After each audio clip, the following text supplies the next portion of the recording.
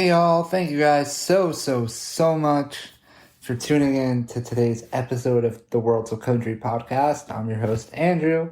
On today's episode, I'm joined by Sophia Scott to talk all about her musical journey and her brand new EP, One of These Days. And it's such a great conversation, an important conversation. Hope you guys enjoy this one. I know I really did. Talk to you guys on the other side. Hey Sophia, how are you? I'm good. How are you? I'm doing good. What have you been up to lately? Oh no. Oh no, not again. Oh, not much. Just trying to. Is it pausing again? We're good now. We're good. I'm good Good. at least. Okay. I don't know about your end. Okay. Yeah. Sorry. I think it's okay. It paused for a second. Just just been traveling a bunch, and now I'm finally back in Tennessee, which is great. I'm happy to be home again. So you put out your debut EP a couple weeks back already. Could you tell us what the process of putting that project together was like for you? Yeah, it was really lovely. I think it took a lot of work, and it was a long time coming, a long time in the making. I have so many songs that it was really difficult to choose which ones I wanted to be in this project as a whole. Because, like up until this point, I had only ever released singles. And so this was like my first front to back full story, kind of just like the introduction to who I am as a person, like more than, I feel like you get bits and pieces in the singles, but to be able to tell a full story and like have just a lot of different emotion, it was really important for me to kind of put something in there for everybody, and also just tell my story in the best possible way for anyone that it was their first time hearing me. I wanted that to be I wanted there to be a really good through line, so that like a new audience or a new listener coming and checking it out would be able to sort of get to know me and just kind of see what I'm all about. So yeah. So how would you sort of describe what you're trying to sell with the EP about who you are? A lot of things. But to begin with, I think I guess more than anything, just like I want them to know that there's like a human behind the music. And I think for me growing up, music was always the thing that I turned to when I felt alone or sad. And then to the same degree, like if I'm happy or if I want to celebrate or like go out and have a good time, that's also music to me, like that's when I turn to it. And so I think for me, I wanted to be like specifically like starting with the song One of These Days, which is also the title track of the EP. I didn't have a song growing up that told the story of like when my parents were going through their divorce. Sorry, I'm gonna let my dogs in really fast. 1 second. This is ridiculous. Stop. Come.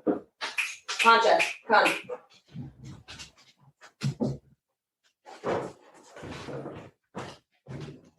Sorry. All right. Don't worry. Don't worry. I can't. They're barking so much, and I can't.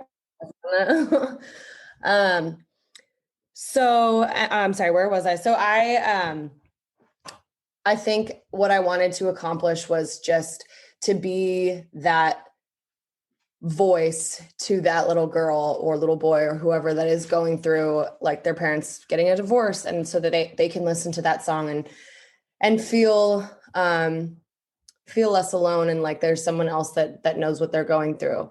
And then similarly with my song Side Effects, like it was really hard for me to put that song out, and I was very worried about what the response might be, just because it's such a touchy subject, and it was for me too. And it's a very personal song, but I think that the overarching reason that I put it out was because I want to help raise awareness and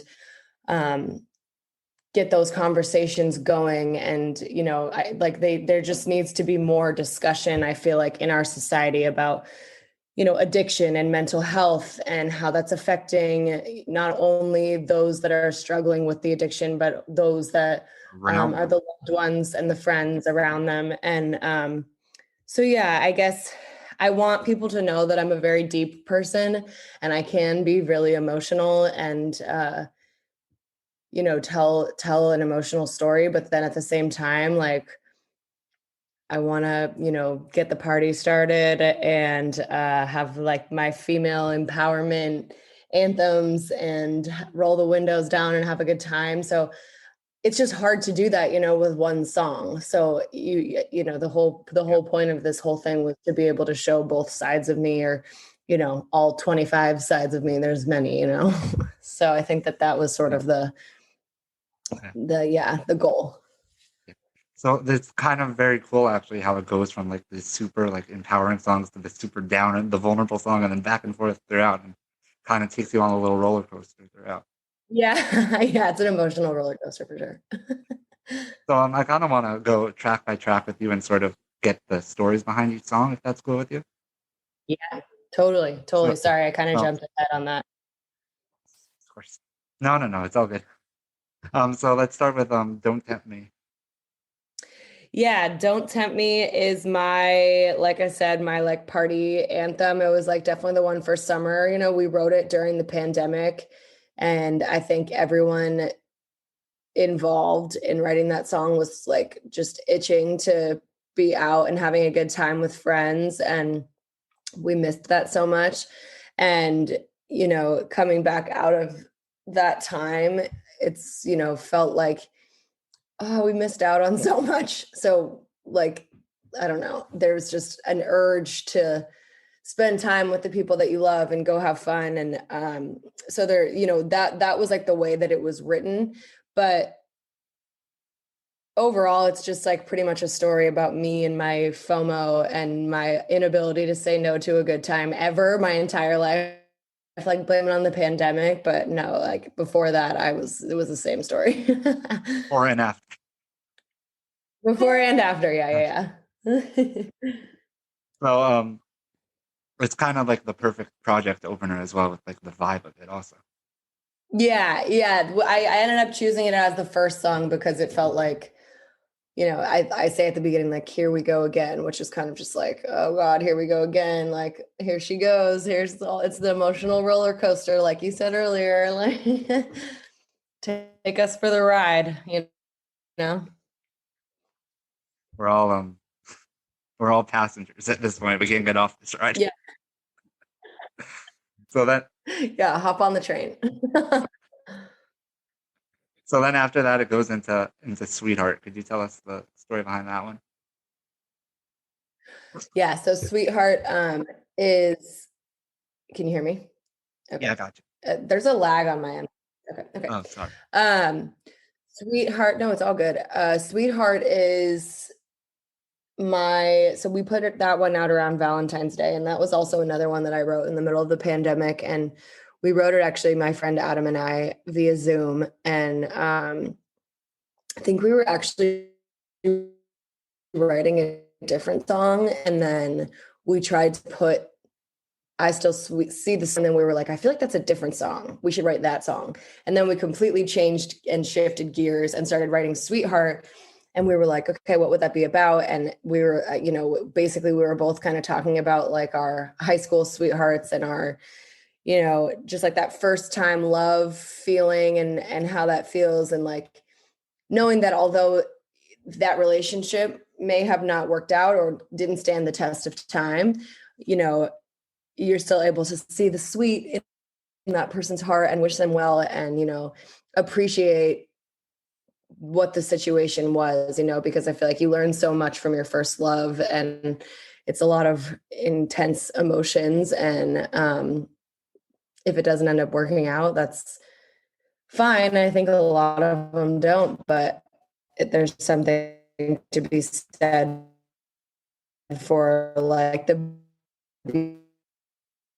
beautiful elements of what that first relationship brings. Yeah, you sort of have to be able to take away the good with the bad. For sure, for sure. So then after that, we go back to the leather skirt, which is back into the empowering theme of the project. Yeah. Could you tell us a story behind that one? That's probably my favorite in terms. It's such a fun song to listen to. Oh, really? Yay. Yeah, that's my favorite one. So I've been like performing that one for so many years now live, and I love it because it was one of the first songs that I wrote like after coming on a writing trip to Nashville. Like I hadn't even lived here yet, and I was like really gearing up to, do all these rights because I was coming from LA when I was living there at the time. And I had recently watched Charlie's Angels and Coyote Ugly. I was on like a a 90s, I guess 90s, 2000s, whatever those came out. I was on one of those like female badass kicks. And so I had watched them and I was like, God, I just love the way that these movies make me feel as a woman. Like there's just something like so empowering about the feeling you get after watching them, because you're watching these, I mean, super hot girls just like take over the world and take no shit. And it's cool. And I was like, I would love to take this emotion, this feeling that I'm feeling, but like put it into a song instead of a movie. And how would I do that? And I noticed the common theme is that they're always wearing leather in those movies. And so I was like, oh, there's something about leather. And then I was thinking about a leather skirt and how a leather skirt is like this timeless piece of clothing. Like I always say, like my mom has a leather skirt, my grandma has a leather skirt, I have a leather skirt, and like they're all different forms of a leather skirt, but nonetheless, I feel like when you put it on, you're stepping into your confidence and feeling amazing and empowered. And so I kind of just came in with the concept, and then Tori and Ian, who I wrote it with, helped really bring it to life. How important is it for you to sort of have those empowering songs and to spread that message? Yeah, very important. I mean, I think a lot of my songs have that sort of overarching theme. I I guess I never considered myself to be like super political or a feminist, but I'm realizing that I am actually.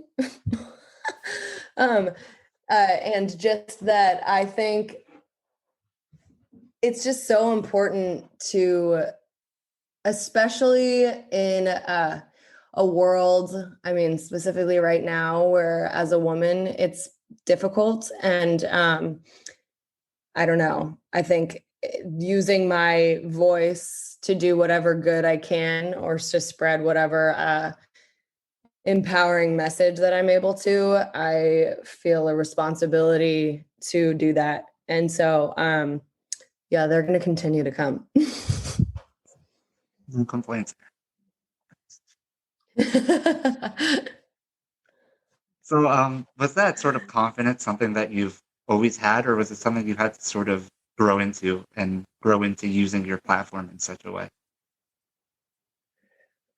It definitely something I've had to grow into, and something that I've had to work to not be afraid of doing. Like, I think especially in the country music world, it's there are more barriers than there are maybe in other genres. And you walk a line to not, be too outspoken or whatever it is. But I've kind of come to terms with like, well, that's just who I am. And I think, I don't know, I guess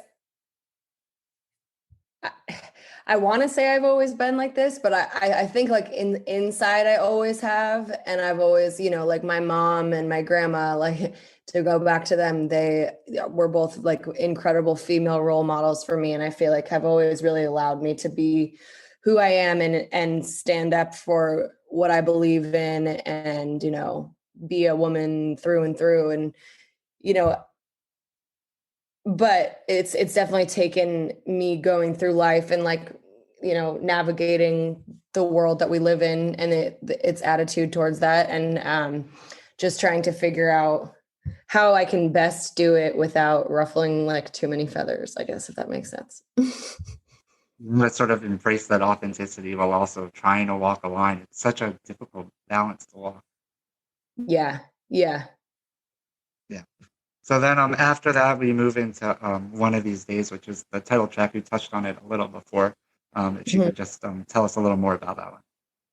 Yeah. That one is, as you said, it's the title track, and it's the one that I made it the title track because it is the most important song to me. And I think that the message sort of speaks to every song on the EP, and you can relate back every song that's on there to the message that's in One of These Days, because it's sort of this overarching theme of my life.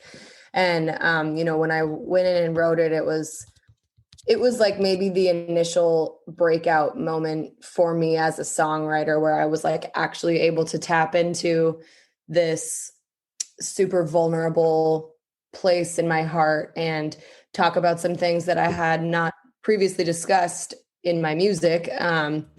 And, I just allowed myself to go there. And it was a scary time, but I guess like that, just to me personally, being able to tap into that opened a door to so much other heartbreak, or I don't even know what it is, just like so much other it opened up a box, I guess, an emotional box for me, that then it was like it all came out after that. So I was really thankful for doing that. And the song has since become just this reminder to myself that through any struggle or difficult situation that I go through in my life, that there's always going to be growth and strength and, an overcoming on the other side of that.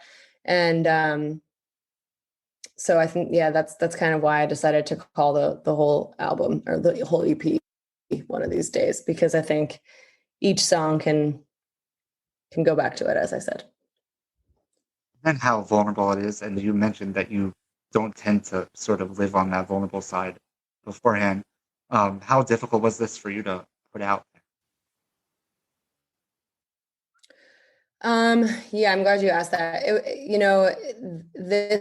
This one, and I would say Side Effects too, but like about my dad coming home and my parents getting divorced and me listening to them fighting as I was growing up. And,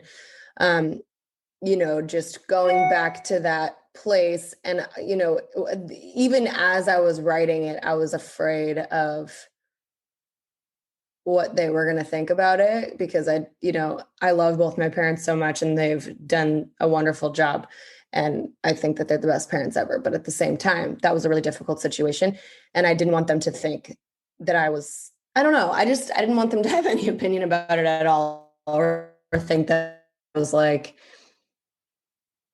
I don't know. I don't know what I wanted them to think, but I was worried for them to hear it. I didn't want them to be sad, I guess. I didn't want like to hurt them or think that I was like not okay with the whole thing. So there was that fear in putting it out. I obviously played it for them before the song came out. Also, the song's like 3.5 years old. I wrote it quite a while ago. But actually their response was really wonderful, and they were not mad at all. And I think that they like understood that obviously it was a difficult time in my life, and it got us all to where we are today, and we're all so much stronger because of it. And so I think like the healing process has already happened. And so they were very okay with it. And so my whole irrational fear of not writing stuff because I'm afraid of who might hear it was sort of squashed. And I feel like, again, it's just opened up a new door for me to continue doing that. So we'll see what happens. Sometimes those most difficult conversations are the most important to have at the end of it. Totally. 100%. So then after that, we move into some more me, which is more of that up-tempo kind of rowdiness. Yeah. Yeah, rowdiness. Rowdiness is a good word. Yeah, that one I wrote. So I had a conversation with one of my best girlfriends, and we were at her house, and she was in just sort of like a toxic relationship and had been for a minute, and she really had felt like she had lost herself in this relationship, as you know, happens often enough. And we were, drinking wine on her couch, and she was like, so if I really need a lot less of him, and I need a lot more of me, and I need to get myself back. And I was like, that is a song for sure. And then we kind of like talked it out more. And of course, I tell it from my own point of view and my own perspective, but I think a lot of it was taken from, her. It was inspired by her. And just anyone, and in any like I know there's so many people that I know that I was able to draw from that story and tell it. And so I think, again, with the female empowerment thing, or just like not even female empowerment, just self-empowerment and just, empowerment. Yeah. Yeah. So then it closes out with Side Effects, which we touched on a couple times already, but just the complete story behind Yeah. that one. Yeah. It was a hard one to write. And, it wasn't initially going to be on the EP. It was actually, I had released it the year before as a single. And without, giving too much away, it's just it's a personal story about someone that I know that was struggling with addiction and mental health. And I told it from my own perspective, which was during, I wrote it very close to the situation, and it was difficult to write. And, I don't know. I struggle to talk about it because I love this person so deeply, and I tell it from like a very sad moment in life. But I think that the overarching message that I wanted to get out from this song was that it's okay, and we just need to have, like I said, these conversations and talk about mental health and how there's so many people that are struggling with it, and there's not enough conversations that are happening around it. And there's not enough, there aren't enough outlets, I feel like, for people to find Help. a cure. I mean, I don't know, cure, just help. Yeah. Help. And so I just, yeah, the help that they need. Yeah. I think that it's just, so it, yeah. I don't know, I'm rambling on this one, but it's just it's important one for me. And I'm just very passionate about the topic and helping raise awareness around it. So I wanted to put it on the EP and just continue to talk about it whenever I can, if I am able to talk about it. I'm really stumbling over my words with it, but when you see a song as personal as that one connect as widely as it has, what does that mean to you as an artist, and what does that mean for the story that you're telling? Yeah, it means a lot. I mean, I guess that's like the whole thing, like, just circle back to what your first question, I think, of like, why did I get into music, or why am I doing this? And it's like, that's why. It's to see an audience react so strongly to a song or to a message and feel so passionately enough to where they're, willing to reach out to me and tell me their own personal stories and help the progress happen.